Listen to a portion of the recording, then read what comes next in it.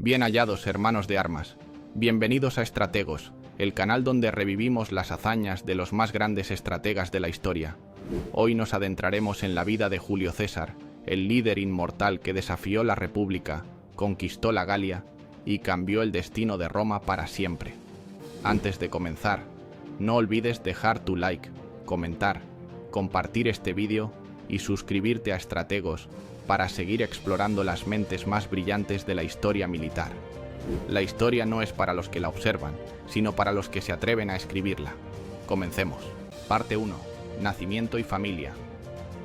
El 12 o el 13 de julio del año 100 a.C., en las calles de la caótica pero grandiosa Roma, nacía un niño que cambiaría para siempre el destino de la República. Su nombre, Cayo Julio César. Nadie lo sabía en ese momento, pero este recién nacido estaba destinado a convertirse en el hombre más poderoso de su tiempo. Su familia, los Julios, pertenecía a la antigua aristocracia patricia de Roma, la gens Julia, una de las más antiguas y prestigiosas. No solo eran una familia influyente, sino que también afirmaban descender de los dioses. Venus, la diosa del amor y la belleza, era, según la tradición, la antepasada de su linaje a través de su hijo Eneas, el legendario fundador de Roma. Este vínculo con los dioses no era solo un símbolo de orgullo. En un mundo donde la política y la religión se entrelazaban, tener una ascendencia divina era un arma poderosa para legitimar el poder. Pero aunque la gens Julia era noble, la rama de la familia de Julio César no estaba entre las más ricas ni influyentes de Roma. En comparación con los grandes nombres de la política romana, los césares no tenían el mismo peso. Su padre, Cayo Julio César, era un senador y gobernador de la provincia de Asia, pero nunca alcanzó las más altas posiciones en el estado. Su madre, Aurelia, provenía de la gens Aurelia, una familia plebeya, pero con gran prestigio. Aurelia era mucho más que una simple madre en la sombra. Se decía que era una mujer inteligente, fuerte y con una gran influencia en la formación de su hijo. Fue ella quien supervisó su educación desde muy pequeño, inculcándole disciplina y ambición. A diferencia de muchas madres romanas que dejaban la educación de sus hijos en manos de tutores o esclavos, Aurelia estaba presente, asegurándose de que su hijo creciera con las herramientas necesarias para ascender en el despiadado mundo político de Roma. Por otro lado, su padre representaba la tradición. Como senador, esperaba que su hijo siguiera el mismo camino, desempeñando cargos públicos y ascendiendo en la cursus honorum, la carrera política romana. Pero la política romana no era solo un camino de méritos, sino de alianzas y traiciones. Y César aprendería esa lección desde joven. En su infancia, Roma era un hervidero de crisis. La lucha entre los populares, que defendían reformas a favor del pueblo, y los optimates, que representaban a la aristocracia tradicional, estaba en su punto más álgido. Una guerra civil se avecinaba y marcaría el destino del joven César. Con apenas 15 años, Julio César experimentó su primera gran pérdida, la muerte de su padre. Con su partida, la responsabilidad de la familia recayó sobre él. No era el mejor momento para un joven de una familia sin demasiadas riquezas, pero el destino de César no estaba escrito en la pobreza ni en la mediocridad. Con su madre como apoyo y su apellido como escudo, comenzaría su camino en el complejo tablero de la política romana. Aquel niño nacido en una casa patricia de Roma no era solo un descendiente de Venus, era un estratega en formación, un futuro general y un líder con ambiciones que superarían las de cualquiera que hubiera pisado la urbe. El destino de Julio César estaba en marcha. Parte 2. Juventud y educación. Roma era un mundo de ambiciones desbordadas, donde solo los más astutos y osados lograban sobrevivir. Para un joven como Julio César, el destino no se presentaba fácil. Había nacido en una familia patricia, pero su linaje no le garantizaba el poder.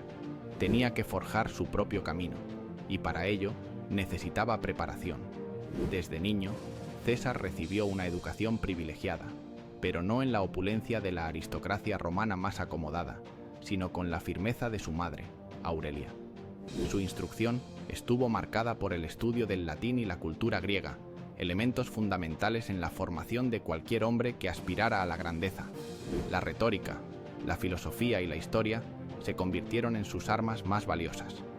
Roma admiraba la cultura helénica, Los hombres de poder estudiaban a los grandes pensadores griegos, y César no fue la excepción.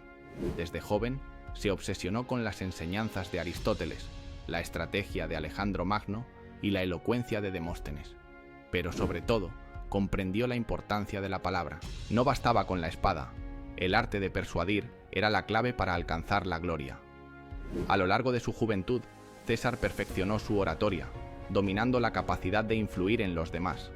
Su retórica se convirtió en una de sus mayores fortalezas.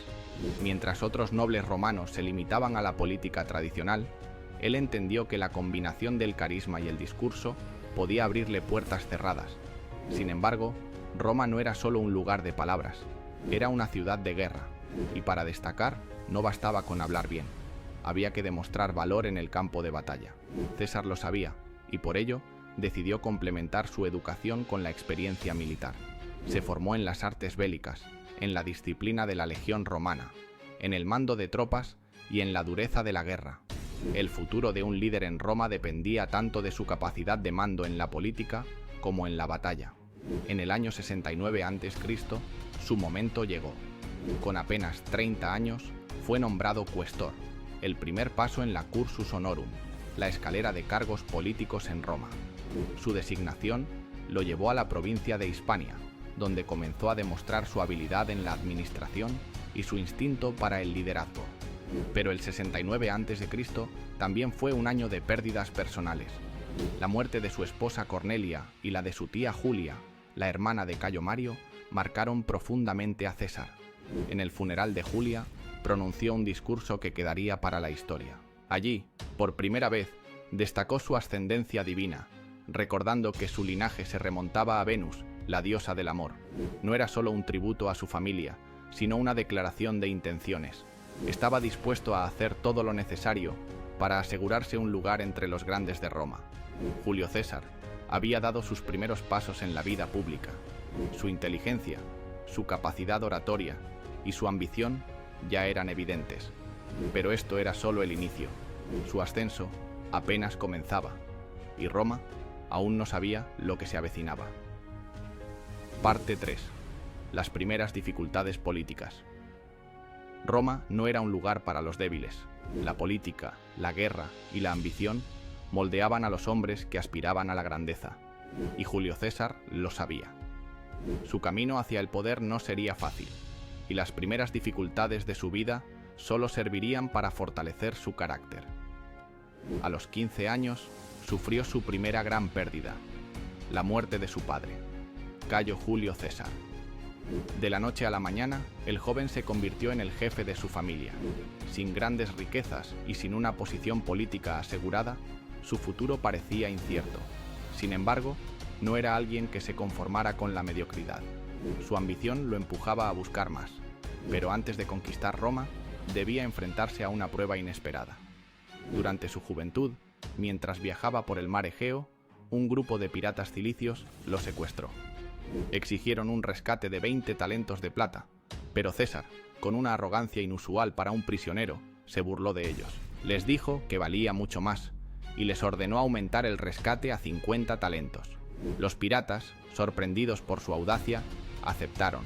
Durante los 38 días que estuvo cautivo, no actuó como un prisionero. En lugar de suplicar por su vida, convivió con los piratas como si fueran sus subordinados. Les daba órdenes, los corregía cuando hablaban mal y hasta les prometió, en tono serio, que cuando fuera libre los crucificaría a todos. Los piratas se rieron, tomándolo como una broma. Pero César no bromeaba. Una vez pagado el rescate y liberado, organizó una flota, persiguió a los piratas y cumplió su promesa. Capturó a todos y los hizo ejecutar. Este episodio marcó su carácter.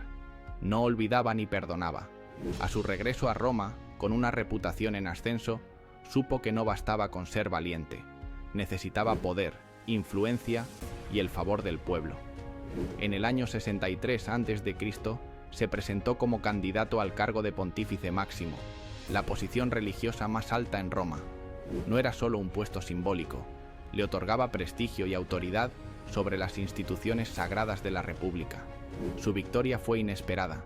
Se enfrentó a rivales con más experiencia y riqueza, pero su estrategia fue impecable. No dudó en endeudarse para financiar su campaña, sobornar a quienes hiciera falta y prometer favores a sus aliados. Cuando los resultados se anunciaron, el pueblo romano tenía un nuevo pontífice máximo, Julio César. A partir de ese momento su popularidad creció. No se limitó a ser un líder religioso. Usó el cargo como plataforma para expandir su influencia política. Buscó alianzas con figuras clave, como Craso, el hombre más rico de Roma, y Pompeyo, el general más poderoso. Supo jugar sus cartas, ganándose el apoyo del pueblo con medidas populistas y discursos cautivadores. Cada paso que daba lo acercaba más a su destino. César había demostrado ser astuto, ambicioso e implacable, pero el juego apenas comenzaba, y en la arena política de Roma solo había dos opciones: triunfar o ser destruido. Parte 4. Inicio de la carrera política y alianzas. Roma era un tablero de ajedrez donde cada movimiento podía llevar a la gloria o a la ruina. Y Julio César no solo sabía jugar, estaba decidido a dominar la partida. Para ello, necesitaba aliados.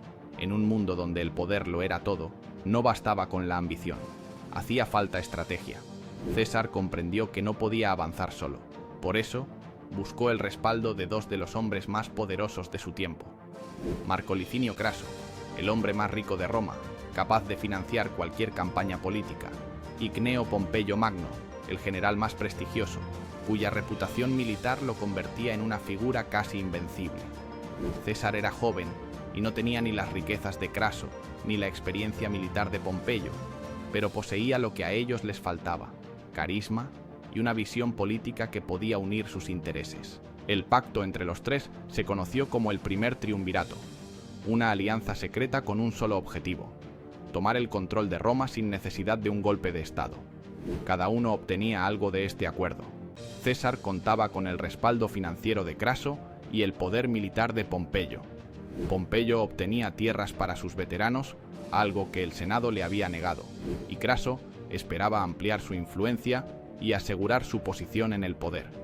Pero el ascenso de César no se basó solo en alianzas. Sabía que el verdadero poder no estaba solo en el Senado ni en la aristocracia, sino en el pueblo. Sus reformas eran audaces y desafiaban a la élite tradicional de Roma. Propuso medidas para redistribuir tierras, favoreciendo a los más pobres y a los veteranos del ejército. Limitó la explotación en las provincias y reguló los abusos de los gobernadores corruptos. Cada nueva reforma aumentaba su popularidad, pero también el odio de sus enemigos. El Senado romano, dominado por los optimates, la facción aristocrática, veía en César una amenaza creciente. Su cercanía con la plebe y su discurso populista encendían alarmas entre los conservadores. Para ellos, César no era un reformista, sino un oportunista que estaba socavando la república con promesas peligrosas. Pero César no se detenía. Sabía que debía consolidar su poder antes de que sus enemigos reaccionaran. En el año 59 a.C., consiguió ser elegido cónsul, el cargo más alto de la república. Desde esa posición, hizo aprobar reformas que beneficiaban a sus aliados y consolidaban su control sobre Roma. Sus maniobras políticas eran cada vez más arriesgadas, y el Senado comenzaba a darse cuenta de que no se trataba de un político más. Julio César no era solo un hombre ambicioso, era un estratega con una visión clara. No le interesaban los cargos temporales ni las victorias pasajeras. Quería el poder absoluto, y lo estaba logrando. Pero en Roma, la gloria y la traición iban de la mano, y César aún no conocía a todos sus enemigos. Parte 5. El primer triunvirato. En el año 60 a.C., Roma estaba dividida por rivalidades políticas y luchas de poder. En medio de esta crisis, tres hombres decidieron tomar el control de la república desde las sombras: Julio César, Pompeyo Magno y Marco Licinio Craso. Juntos, formarían una alianza secreta que pasaría a la historia como el primer triunvirato. No era un pacto basado en la amistad, sino en la conveniencia. Pompeyo, el general más exitoso de Roma, había regresado victorioso de sus campañas en Oriente, pero el Senado le negaba la distribución de tierras prometida a sus soldados. Craso, el hombre más rico de Roma, buscaba más poder y beneficios para sus negocios en las provincias, y César, joven y ambicioso, necesitaba aliados para consolidar su ascenso político. César fue el cerebro detrás de la alianza. Con su carisma y habilidades diplomáticas, logró unir a dos hombres que en el pasado habían sido rivales. Pompeyo y Craso no se confiaban el uno del otro, pero César los convenció de que, trabajando juntos, podían controlar Roma sin necesidad de un golpe de estado. La estrategia era simple. César sería elegido cónsul en el año 59 a.C., y desde esa posición impulsaría reformas favorables a sus aliados. Con el respaldo de Craso y Pompeyo, y con el Senado incapaz de detenerlos, su plan comenzó a tomar forma. Cuando César asumió el consulado, Roma vio cómo se imponía un nuevo orden. Sabía que debía actuar rápido antes de que sus enemigos reaccionaran. Propuso una ley agraria, que otorgaba tierras a los soldados veteranos de Pompeyo. Era una medida popular entre la plebe y el ejército, pero enfrentó una fuerte oposición en el Senado. Los optimates, la facción conservadora, se resistían ferozmente a las reformas de César. Pero César no iba a dejarse frenar. Cuando el Senado intentó bloquear su propuesta, recurrió directamente a la Asamblea Popular y logró su aprobación. Su estrategia era clara: gobernar a través del pueblo, cuando el Senado se interpusiera en su camino. Su año como cónsul estuvo marcado por una serie de reformas que fortalecieron su imagen y la de sus aliados. Redujo los abusos de los gobernadores en las provincias, implementó medidas para limitar la corrupción y favoreció los intereses de Pompeyo y Craso. Roma ya no era gobernada solo por el Senado. El poder real estaba en manos de los tres hombres del triunvirato. Sin embargo, este pacto tenía una fragilidad evidente. Pompeyo y Craso desconfiaban el uno del otro, y César era el único que mantenía el equilibrio entre ellos. Sabía que, mientras pudiera controlar la relación entre ambos, su ascenso continuaría sin obstáculos. Pero César no se conformaba con Roma. Su ambición iba más allá de la política en la ciudad. Quería gloria, conquistas y el reconocimiento absoluto. Y la única manera de conseguirlo era a través de la guerra. Su próximo movimiento lo llevaría lejos de Roma, a una tierra que le daría fama eterna: la Galia. Parte 6. La conquista de las Galias. En el año 58 a.C., Julio César ya no era solo un político ambicioso. Ahora tenía un ejército y un mandato: gobernar y pacificar la Galia Cisalpina, la Galia Transalpina e Iliria como procónsul. Pero en su mente no estaba la administración pacífica de estas regiones, sino una meta mucho más grande: la conquista total de las Galias. Roma había dominado el sur de la Galia, pero el resto del territorio era un mosaico de tribus guerreras, orgullosas de su independencia. No había un único rey, sino decenas de líderes con sus propios intereses. César vio en esto su oportunidad. Si lograba someter a las tribus galas, su gloria militar igualaría la de los grandes generales romanos. El conflicto estalló cuando los helvecios, una tribu celta, intentaron migrar a tierras más fértiles. Eran más de 300.000 personas, incluyendo mujeres y niños, y su avance amenazaba el dominio romano. César no lo permitió. Los interceptó en la batalla de Bibracte y los masacró. Los sobrevivientes fueron obligados a regresar a sus tierras bajo vigilancia romana. Este fue solo el comienzo. Poco después, César dirigió su atención a los suevos, una tribu germánica liderada por Ariovisto, que se había asentado en la Galia. En una batalla decisiva, César los derrotó y los obligó a cruzar el Rin. Los germanos aprendieron una lección clara: la Galia era territorio de Roma, pero la verdadera resistencia no vendría de los germánicos, sino de los propios galos. Tribu tras tribu fueron cayendo ante el genio militar de César. Los belgas, considerados los más valientes, fueron aniquilados.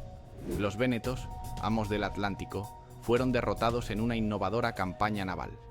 Los eburones fueron prácticamente exterminados por su rebelión. A medida que las victorias de César se acumulaban, su ambición crecía.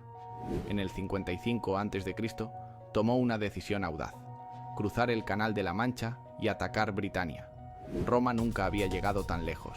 Sus legiones desembarcaron, y aunque las tribus britanas ofrecieron resistencia, César logró establecer un primer contacto con la isla. No fue una conquista total, pero sí un golpe psicológico. Los romanos ahora sabían que incluso el océano no era un límite para su expansión, pero en la Galia la guerra aún no había terminado. En el 52 a.C., las tribus galas se unieron bajo un solo líder, Vercingetorix, el caudillo de los arvernos. Era un estratega formidable, que utilizó tácticas de tierra quemada para debilitar a los romanos. La lucha culminó en la batalla de Alesia, donde César rodeó la ciudad fortificada con un doble muro de asedio. Los galos, atrapados, fueron derrotados. Vercingetorix, viendo la derrota inminente, se entregó. La Galia había caído. Tras la victoria, César no solo impuso la ley romana, sino que aplicó una política de pacificación calculada. Algunas tribus fueron castigadas brutalmente, otras recibieron cierto grado de autonomía. Sabía que el dominio no solo se conseguía con la espada, sino también con el control político y económico. Para Roma, César había logrado lo imposible. Había conquistado un territorio inmenso, sumado riquezas incalculables y ganado la lealtad de sus legiones. Pero mientras su gloria crecía, en Roma, sus enemigos temían su poder. Las guerras en la Galia lo habían convertido en el hombre más poderoso de la República. Pero ahora debía enfrentar un conflicto aún mayor, la guerra civil contra Roma misma. Parte 7. Expansión del poder de César. El año 52 a.C. marcaría un punto de inflexión en la vida de Julio César. Tras años de campaña en la Galia, parecía que la victoria estaba cerca, pero aún quedaba un último desafío. Vercingetorix, el líder de los arvernos, había logrado lo que ningún otro caudillo galo antes: unir a las tribus en una gran rebelión contra Roma. Su estrategia era clara y despiadada: quemar sus propias tierras para privar a los romanos de recursos y obligarlos a retirarse. Pero César no era un hombre que retrocediera. La guerra culminó en la batalla de Alesia. Vercingetorix se refugió en la ciudad fortificada, confiando en que los refuerzos galos vendrían a liberarlo. César, en lugar de lanzar un asalto frontal, rodeó la ciudad con un doble muro de asedio, un cerco impenetrable, una muralla hacia adentro para evitar la salida de los galos y otra hacia afuera para impedir la llegada de refuerzos. Durante semanas, los sitiados agonizaron por el hambre. Los refuerzos galos intentaron romper el cerco, pero César, con una disciplina impecable, resistió. Finalmente, los romanos vencieron. Vercingetorix, derrotado, salió de Alesia y se entregó a César. Su rendición selló el destino de la Galia. Roma era ahora la dueña absoluta de estas tierras. Pero la victoria en Alesia no fue solo una hazaña militar. Fue un momento que consolidó el poder de César como ningún otro. Sus legiones lo veían como un líder invencible, un comandante que jamás los había abandonado en la batalla. Sus soldados le eran fieles hasta la muerte, un hecho que pronto se volvería peligroso para Roma.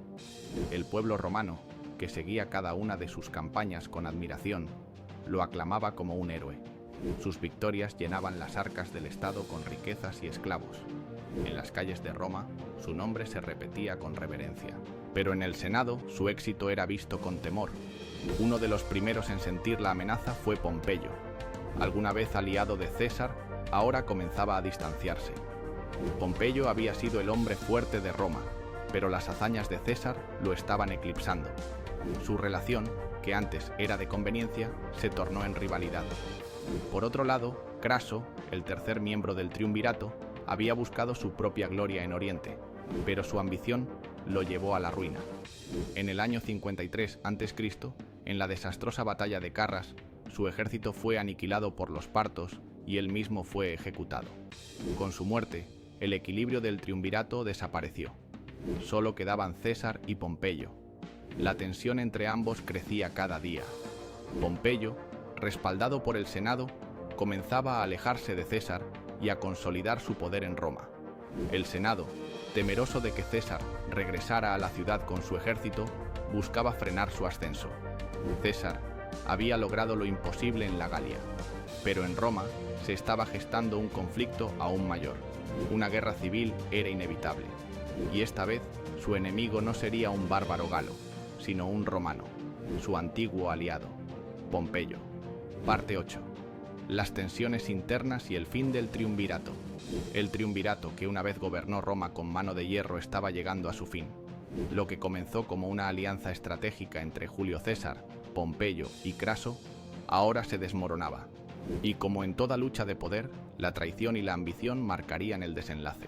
El primer golpe fatal llegó en el 53 a.C., cuando Marco Licinio Craso, el hombre más rico de Roma, tomó una decisión que cambiaría el destino del imperio. No satisfecho con su influencia en la política romana, quiso alcanzar la gloria militar. Buscó su oportunidad en Oriente, donde el imperio parto representaba un desafío tentador. Sin embargo, su campaña fue un desastre. En la batalla de Carras, Craso fue completamente derrotado. Su ejército fue destruido, y él mismo cayó en manos de los partos, que lo ejecutaron de una manera brutal, vertiéndole oro fundido en la boca. Una ironía macabra para el hombre que había acumulado una fortuna sin límites. Con la muerte de Craso, el equilibrio del triunvirato se rompió. Solo quedaban dos hombres, César y Pompeyo, y Roma no podía tener dos líderes. En un principio, Pompeyo y César habían sido aliados, pero con el paso de los años, su relación se había enfriado.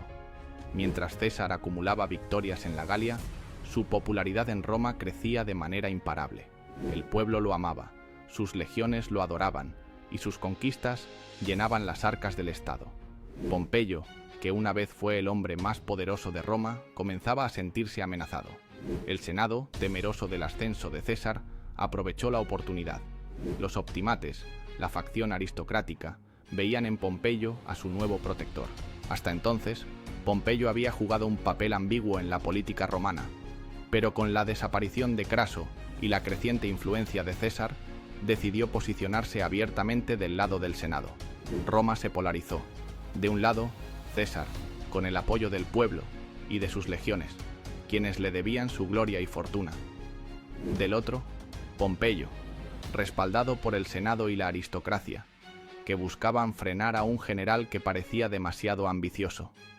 Las tensiones llegaron a su punto máximo cuando el Senado exigió a César que disolviera su ejército y regresara a Roma como un ciudadano común. Sabían que, sin sus legiones, César sería vulnerable, pero César no estaba dispuesto a entregar su poder sin luchar. La disolución del triunvirato había dejado a Roma dividida: dos líderes, dos visiones de la República y un solo destino inevitable: la guerra. Roma no estaba lista para lo que estaba por venir. César tampoco tenía intención de retroceder. Parte 9. El conflicto con Pompeyo-Roma estaba al borde del abismo. Durante años, Julio César y Pompeyo habían sido aliados, pero ahora eran enemigos irreconciliables. El Senado, temeroso del ascenso imparable de César, le había ordenado abandonar su ejército y regresar a Roma como un ciudadano más. Era una trampa. Si obedecía, quedaría indefenso ante sus rivales. Si desobedecía, sería declarado enemigo de la República. César no tenía muchas opciones. Sabía que su regreso sin ejército significaba su destrucción política, o algo peor. Pero César no era un hombre que aceptara las condiciones impuestas por otros. No era un hombre que se resignara a perder. Mientras tanto, Pompeyo, respaldado por el Senado y los optimates, ya se había consolidado como el defensor de la República. Pero la República que defendía no era la del pueblo, sino la de la aristocracia. En Roma, el clima político se volvía cada vez más tenso. La ciudad estaba dividida. Había quienes veían a César como un héroe y quienes lo consideraban una amenaza. Pero entonces llegó el momento decisivo. César tomó una decisión que cambiaría la historia para siempre. En el invierno del 49 a.C., con un ejército veterano y leal, se dirigió al río Rubicón, la frontera entre la Galia cisalpina y la península itálica. Allí se detuvo. Cruzarlo significaba una declaración de guerra contra Roma, un acto de traición, un desafío directo a Pompeyo y al Senado. Sus oficiales sabían lo que estaba en juego. Si daban un paso más allá, no habría vuelta atrás. O conquistaban Roma o morían como traidores. Fue entonces cuando, según la tradición, César pronunció las palabras que sellarían su destino: Alea y acta est. La suerte está echada. Y cruzó el Rubicón. Con ese paso, no solo había desafiado al Senado, sino que había cambiado el curso de la historia. La guerra civil había comenzado. Roma estaba condenada a una lucha interna que decidiría su futuro. Dos grandes generales, dos visiones opuestas y solo un destino: el dominio absoluto. Pero César no iba a detenerse. Sabía que la guerra apenas comenzaba y que el verdadero desafío aún estaba por llegar. Parte 10. La guerra civil. Las primeras batallas. La guerra civil estaba en marcha. César había cruzado el Rubicón, desafiando al Senado y a Pompeyo. Ahora no había marcha atrás. Roma se dividiría en dos bandos, y solo uno sobreviviría. Pompeyo, confiado en su superioridad, reunió a las legiones leales a la República. Sus fuerzas eran numéricamente superiores y contaban con el respaldo del Senado, las provincias orientales y los ejércitos más experimentados de Roma.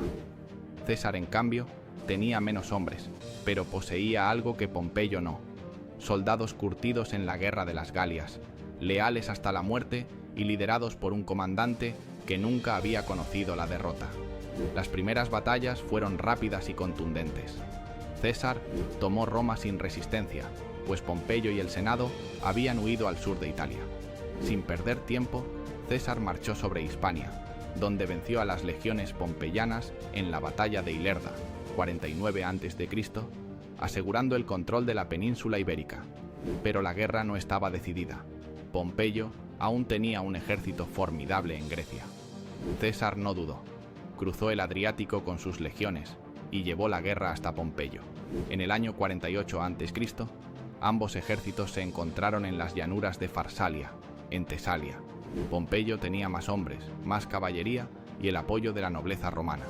Estaba seguro de la victoria. Sus senadores ya imaginaban el regreso triunfal a Roma, donde juzgarían a César como un traidor. Pero Pompeyo subestimó a su enemigo. César, con sus legiones veteranas, desplegó una estrategia audaz. Aprovechó la arrogancia de Pompeyo y lo obligó a atacar primero. Cuando la caballería pompeyana intentó envolver su flanco, César reveló su carta maestra. Ocultó un grupo de infantería experta para contener la carga enemiga. En un solo golpe, desbarató el plan de Pompeyo. El ejército de Pompeyo se desmoronó. Sus soldados huyeron del campo de batalla, perseguidos sin piedad por las legiones de César. Farsalia no fue solo una victoria, fue una masacre. Miles de soldados pompeyanos murieron o se rindieron. Pompeyo, viendo la derrota total, huyó de Grecia y se dirigió a Egipto, esperando encontrar refugio en la corte del faraón Ptolomeo XIII. Pero cometió un error fatal. El joven faraón, temiendo las represalias de César, decidió eliminar a Pompeyo antes de que llegara. El 28 de septiembre del 48 a.C., Pompeyo desembarcó en Egipto y fue asesinado por orden de Ptolomeo. Su cabeza fue cortada y presentada a César cuando llegó a Alejandría, pero en lugar de celebrarlo, César se horrorizó. Pompeyo no era solo su enemigo, sino un cónsul de Roma. Su muerte no había sido un acto de guerra, sino un asesinato indigno. Con Pompeyo muerto y sus legiones deshechas, César era el único dueño de Roma. Tomó el control absoluto del Senado, dominó a sus enemigos y se convirtió en el hombre más poderoso del mundo. Pero aún quedaban desafíos por delante. Y el siguiente sería en Egipto, donde una nueva figura entraría en su vida: Cleopatra. Parte 11. La persecución de los restos de la oposición. Pompeyo estaba muerto, pero la guerra aún no había terminado. Aunque César había derrotado a su mayor rival en Farsalia, los restos de la facción pompeyana se reagruparon en Hispania y el África romana. Los optimates, aquellos que defendían la antigua república, se negaban a aceptar su dominio. El Senado exiliado, junto con los generales leales a Pompeyo, reunió un ejército en África. Al frente estaba Metelo Escipión y el rey Juba I de Numidia, un aliado de los pompeyanos. Contaban con un ejército bien entrenado, una poderosa caballería númida y la ventaja del territorio. Si querían restaurar la república, esta era su última oportunidad. Pero César no les daría tregua. En el año 46 a.C., cruzó el mar y desembarcó en África.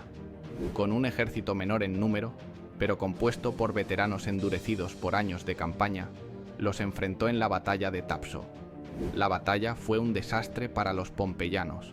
La estrategia de César, su velocidad de ataque y la disciplina de sus legiones resultaron imparables. Metelo Escipión fue derrotado y se suicidó antes de ser capturado. Juba I también prefirió la muerte antes que caer en manos de César. África, el último bastión de la resistencia senatorial, estaba ahora bajo su control, pero aún quedaba un último reto: Hispania. Allí, Los hijos de Pompeyo, Cneo y Sexto Pompeyo, habían reunido un ejército con los restos de las legiones pompeyanas. No era solo una guerra de poder, era una guerra de venganza. En el año 45 a.C., César marchó a Hispania para acabar con la resistencia de una vez por todas. La batalla decisiva se libró en Munda. Esta vez, César no tenía la ventaja. Los pompeyanos luchaban desesperadamente, sabían que no había escape. Por primera vez en su carrera, César estuvo cerca de la derrota. Su ejército fue rodeado y en un momento crítico, él mismo tuvo que entrar en combate. Gritó a sus hombres: ¿acaso creen que van a dejarme morir aquí? Con esas palabras, sus soldados renovaron el ataque. Finalmente, tras una batalla brutal, las tropas de Pompeyo fueron aniquiladas. Cneo Pompeyo fue capturado y ejecutado, y Sexto logró escapar, aunque ya sin fuerzas suficientes para desafiar a César. La guerra civil había terminado. No quedaba ningún enemigo capaz de desafiar su poder. Ahora, con Roma a sus pies y sin opositores en el horizonte, César estaba listo para convertirse en algo más que un simple dictador. Su destino estaba por cumplirse. Pero en el corazón del Senado, sus enemigos aún conspiraban en las sombras. Parte 12. César se convierte en dictador perpetuo. La guerra civil había terminado. No quedaban enemigos capaces de desafiar a Julio César. Sus ejércitos habían aniquilado a los últimos pompeyanos en Hispania, y Roma ya no era una república en el sentido tradicional. Ahora, solo había un hombre al mando. César regresó a la ciudad en el 46 a.C. con un poder absoluto, pero su ambición no se detenía ahí. Durante siglos, Roma había sido gobernada por cónsules elegidos anualmente y un senado que equilibraba el poder.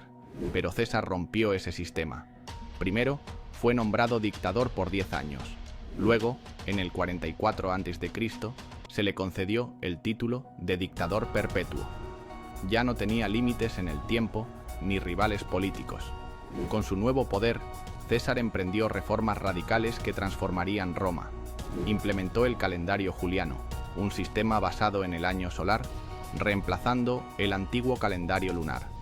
Este calendario, con ajustes menores, sigue vigente hoy en día. También reorganizó la distribución de tierras, favoreciendo a los veteranos y a los más pobres.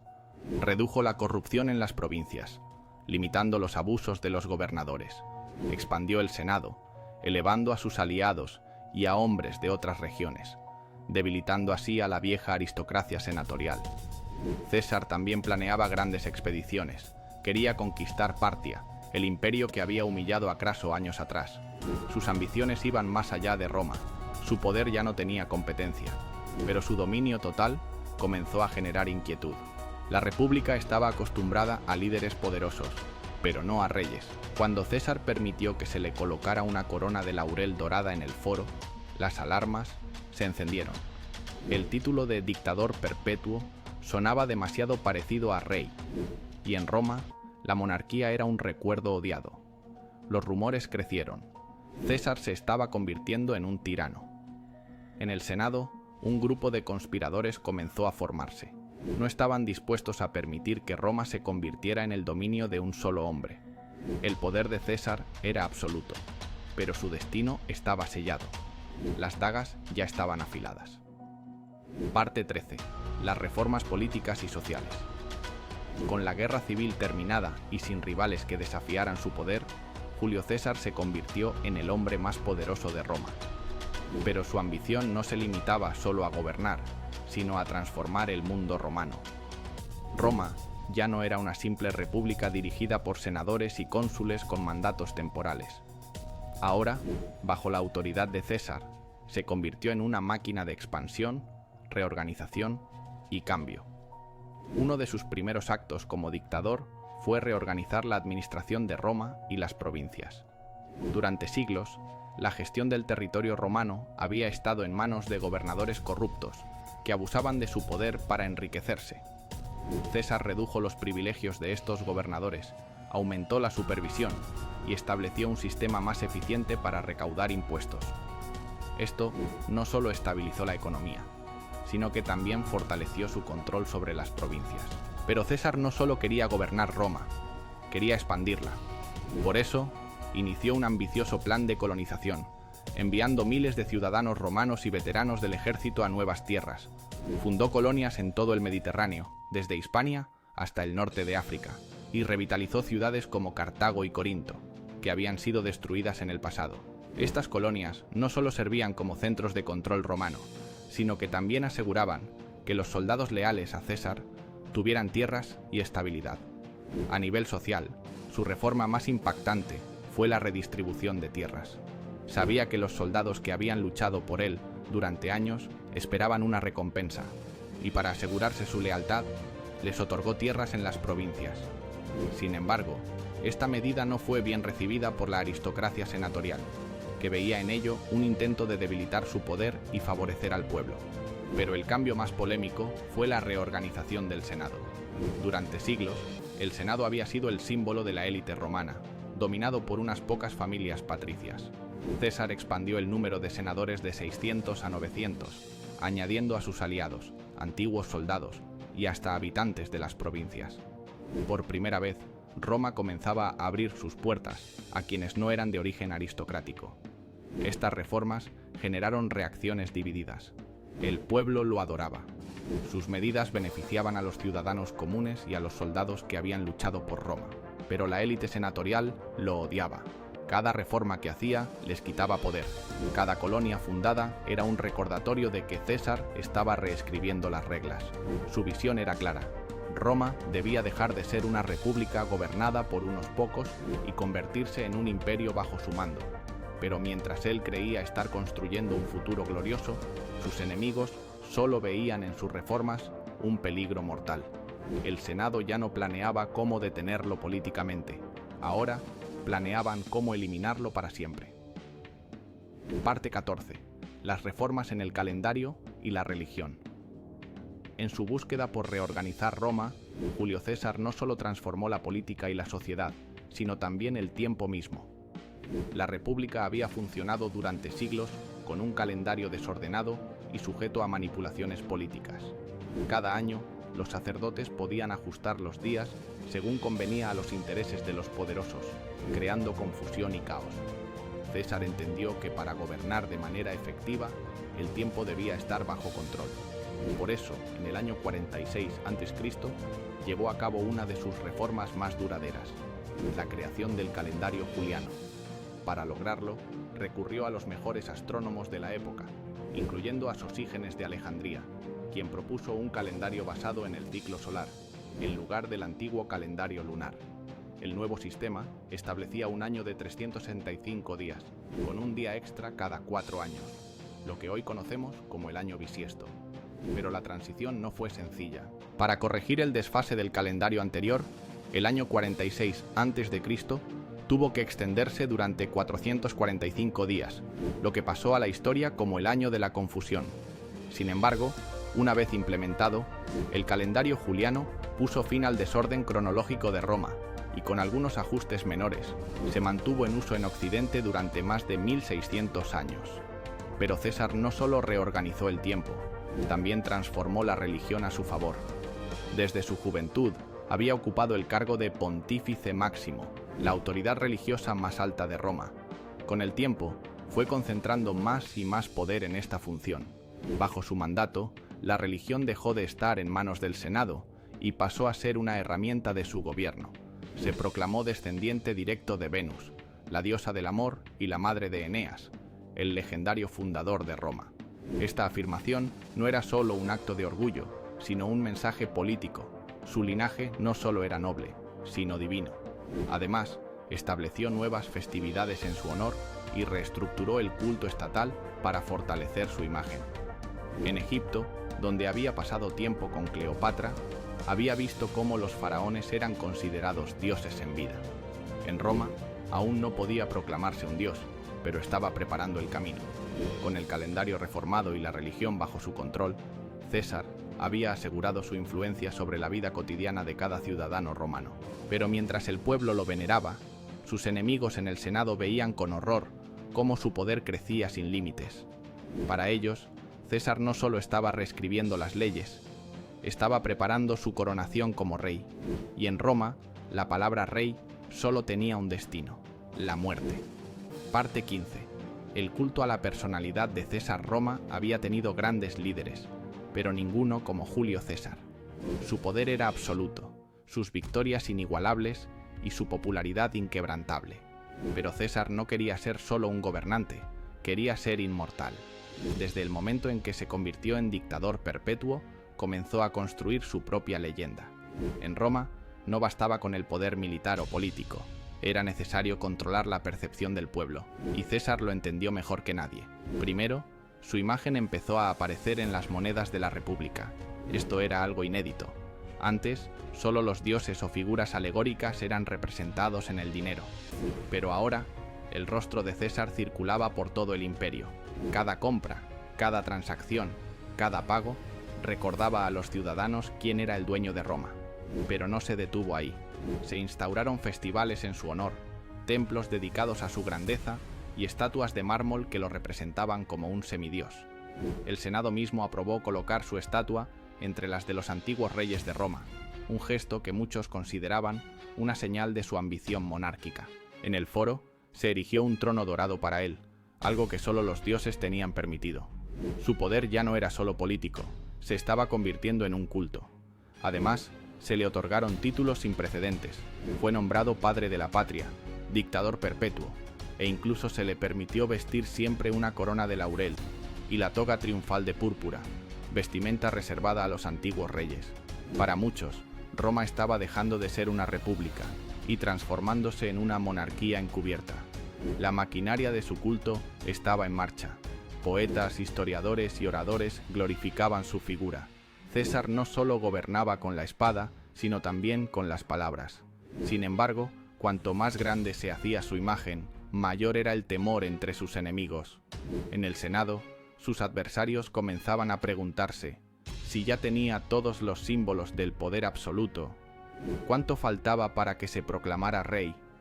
La adoración del pueblo era un arma poderosa, pero en Roma, la historia había demostrado que quienes intentaban convertirse en reyes no vivían lo suficiente para lograrlo. Mientras César recibía honores divinos, en las sombras se tejía una conspiración. Los hombres que un día lo aclamaron, pronto alzarían sus dagas contra él. Parte 16. La oposición dentro de Roma. El dominio de Julio César sobre Roma era total. Había derrotado a todos sus enemigos en el campo de batalla, y su imagen como líder supremo estaba consolidada. Gobernaba sin oposición visible, pero en las sombras el resentimiento crecía. La aristocracia romana, acostumbrada a compartir el poder, veía con horror cómo César concentraba todos los cargos en su persona. Era dictador perpetuo, pontífice máximo, cónsul, jefe del ejército y padre de la patria. Cada uno de estos títulos lo acercaba más a la figura de un monarca, algo que los romanos jamás aceptarían. Los sectores más conservadores del Senado, los optimates, ya no se hacían ilusiones. La República estaba muerta. César había reducido su poder a meros consejeros de su gobierno, obligados a respaldar sus decisiones sin cuestionarlas. El Senado ya no era el centro del poder en Roma, sino un grupo de hombres que acataban la voluntad de un solo hombre. Pero lo que más encendió las alarmas fue la actitud de César.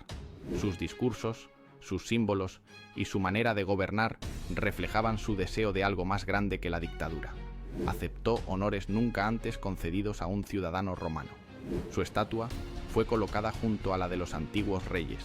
Se le permitió llevar una diadema de laurel dorada y se le ofreció el título de imperator, de por vida. El Senado empezó a preguntarse, ¿cuánto faltaba para que se declarara rey? El miedo se convirtió en odio.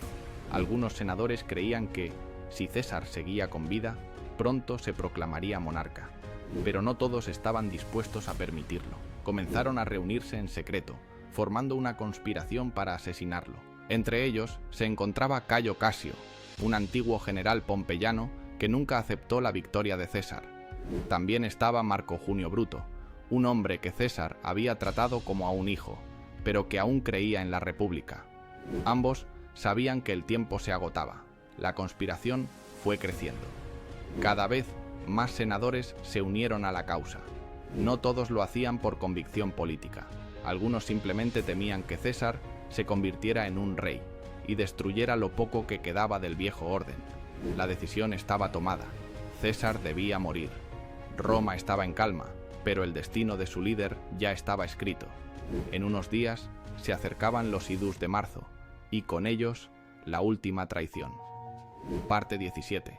La conspiración contra César Roma estaba en calma, pero bajo la superficie, el miedo y la traición crecían como una sombra imparable. Julio César gobernaba con un poder absoluto, y eso aterraba a los defensores de la República.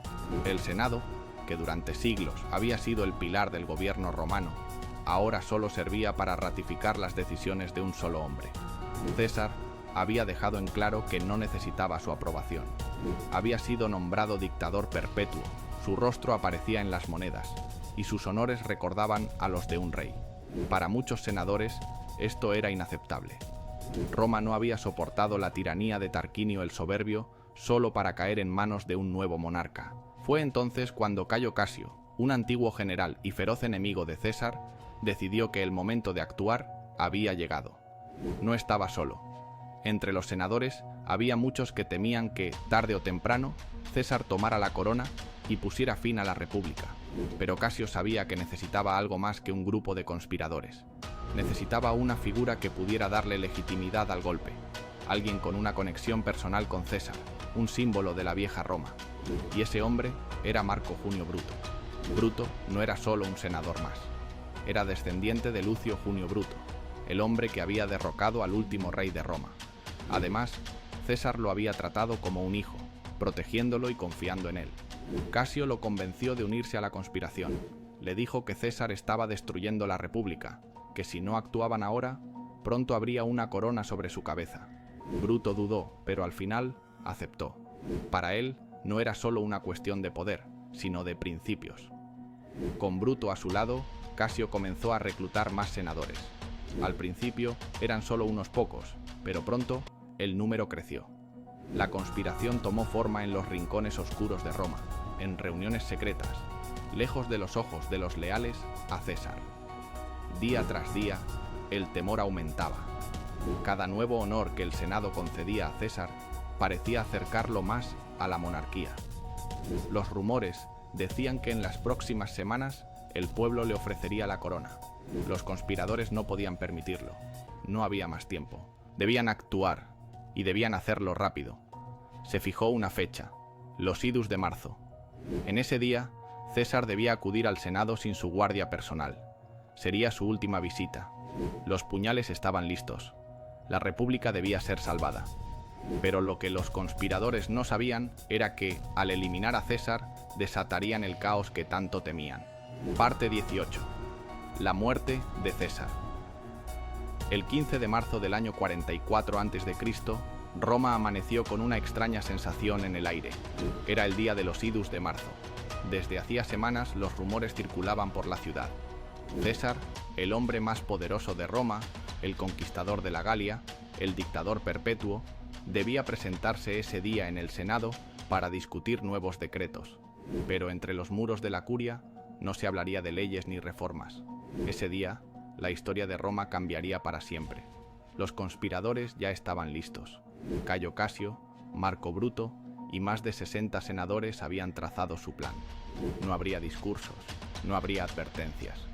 Solo un acto definitivo: asesinar a César antes de que se convirtiera en rey. Desde temprano, los augurios eran extraños. Se dice que un vidente le advirtió: «Cuídate de los idus de marzo». Incluso su esposa Calpurnia había tenido un mal sueño y le rogó que no saliera.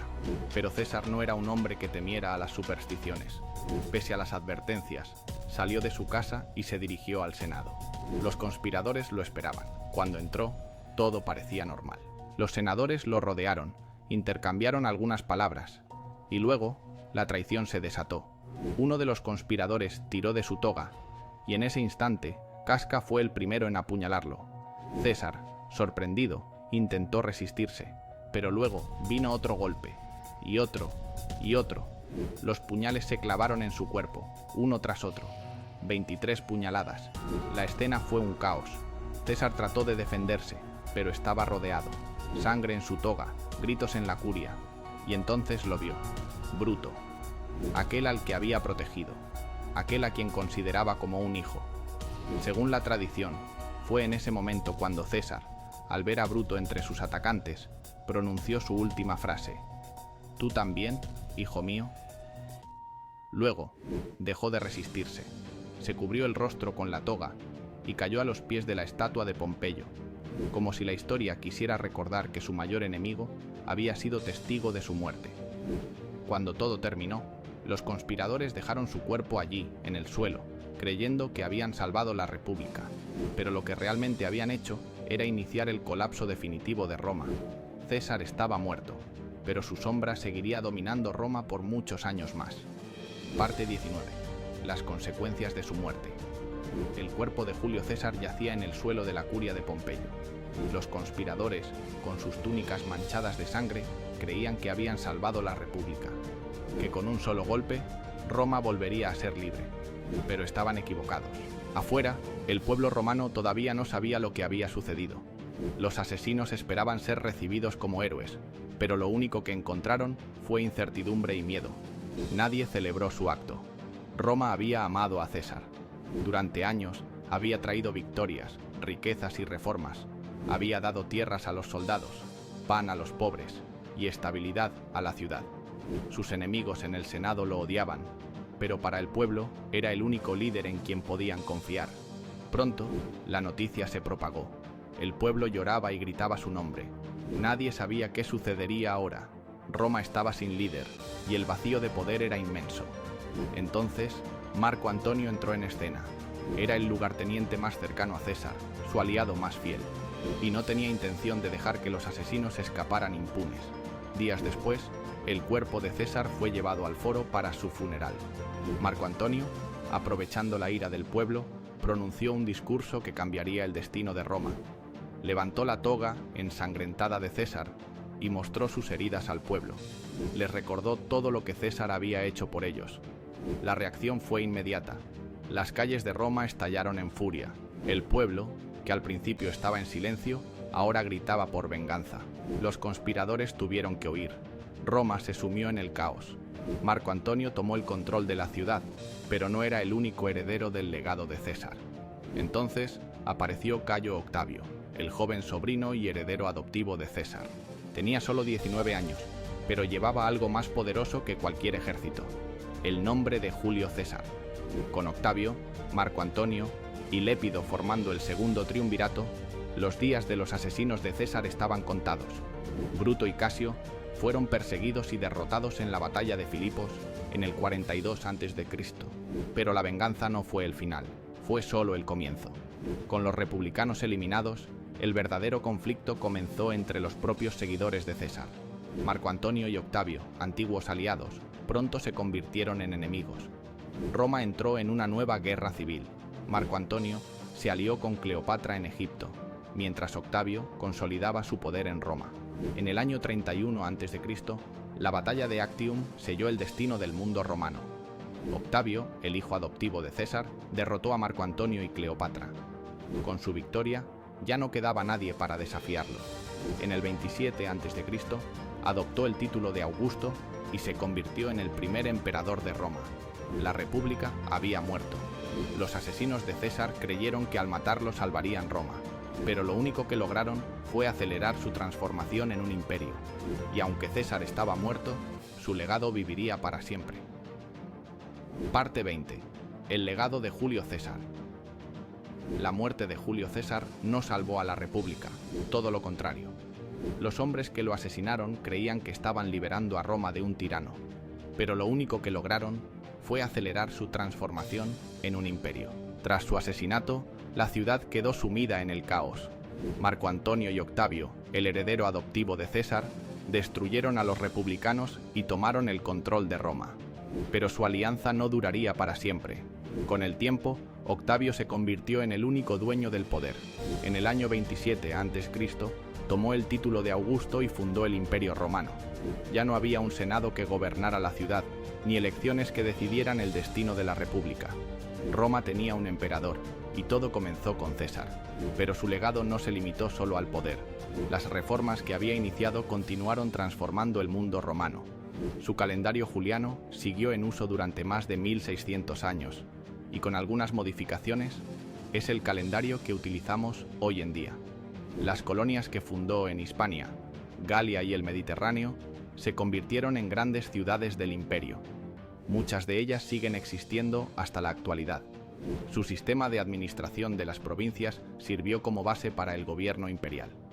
César había demostrado que Roma no podía gobernarse solo desde el Senado. Se necesitaba un líder fuerte, alguien que controlara todo el sistema. Y sobre todo, cambió la historia del mundo. Sin él, Roma quizás nunca habría dejado de ser una república.